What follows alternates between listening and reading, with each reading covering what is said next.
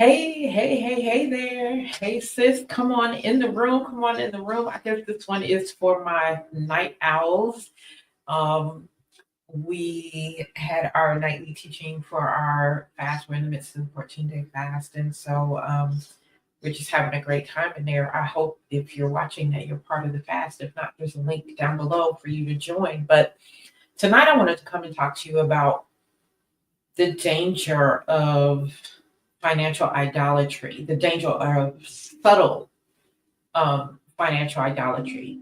We're all aware of when we hear financial idolatry, we're all aware of the big things, right? The overt things like gambling and exploitation and overt cheating people out of their money and greed and all of those things, right? So when we think of financial idolatry, like our minds automatically go to those things. But it's the subtle idolatry that I find is really, really dangerous, right? And I want to talk about that. When Matthew 6:24 says that you can't serve two masters. You either love one, hate the other. You hate the one, love the other, right?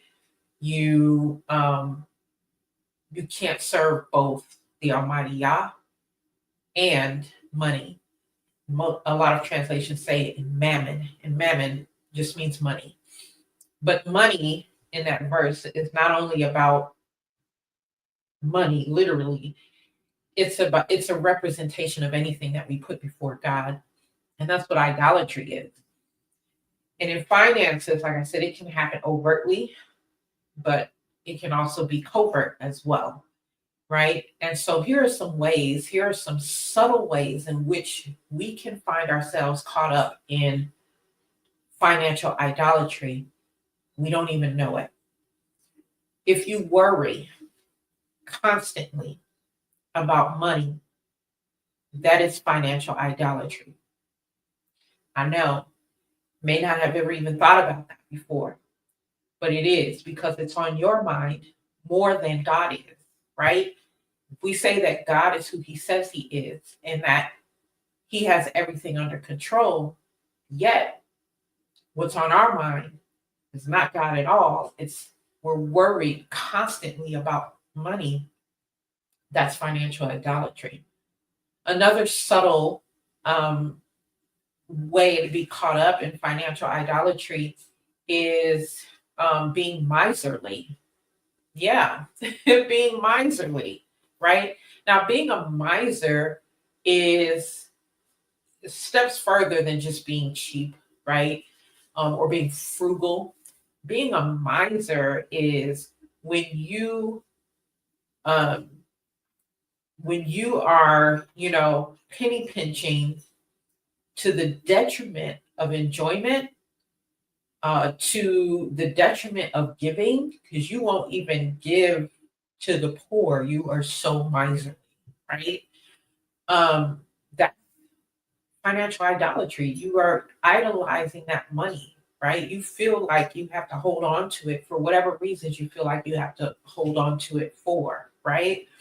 So being overly frugal is subtle idolatry.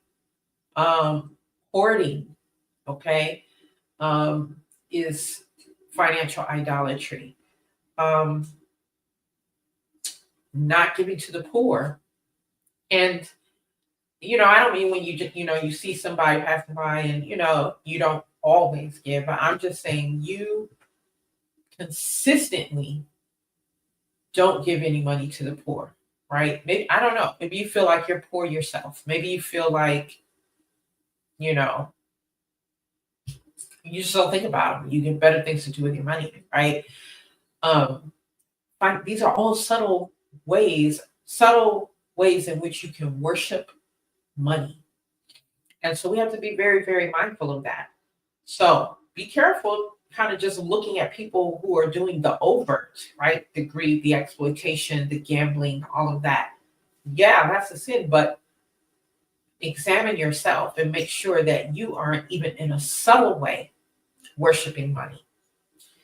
One of the assignments I love to give my clients is for them to look at the last 3 months of their bank statements, because your bank statements, your credit card statements, wherever you're using money, look at the three most recent statements, and you're going to find what it is you prioritize. You're going to find what it is that you uphold.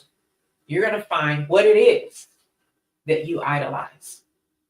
And prayerfully, it's not any of the things that I've mentioned. Prayerfully, you are one who gives to the poor. Prayerfully, you are one who invests in people. Prayerfully, you are one who gives to kingdom projects to expand the kingdom, right? Prayerfully, you are one who is making plans, implementing those plans to leave a legacy for the generations coming behind you, right? In your family and around your family, right? Prayerfully, that's what's showing up on your bank statements, okay?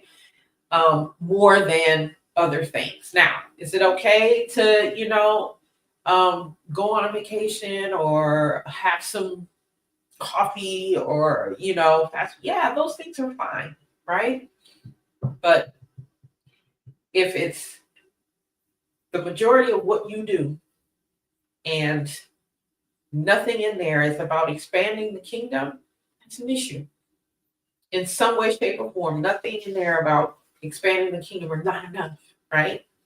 That's an issue. So it can be very dangerous. We don't want to be out of alignment and not even recognize it, right? That's the most dangerous position to be in. There's something about you, but you don't even recognize it about you. It's very dangerous. And so that's the way it is with subtle financial idolatry. That you've got something going on in your finances that you don't even recognize is financial idolatry. All right. So I just wanted to come on, share that with you all.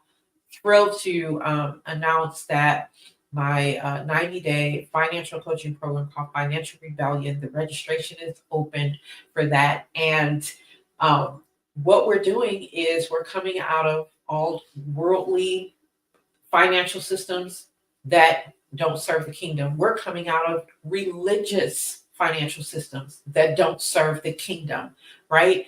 So that we can be in alignment and we can truly experience the blessings of the full blessings, right?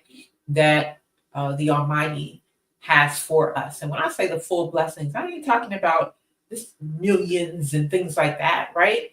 But what he does say, one of my favorite scriptures, if you seek the kingdom and his righteousness first, all of these other things will be added unto you. And what are these? What are all these other things?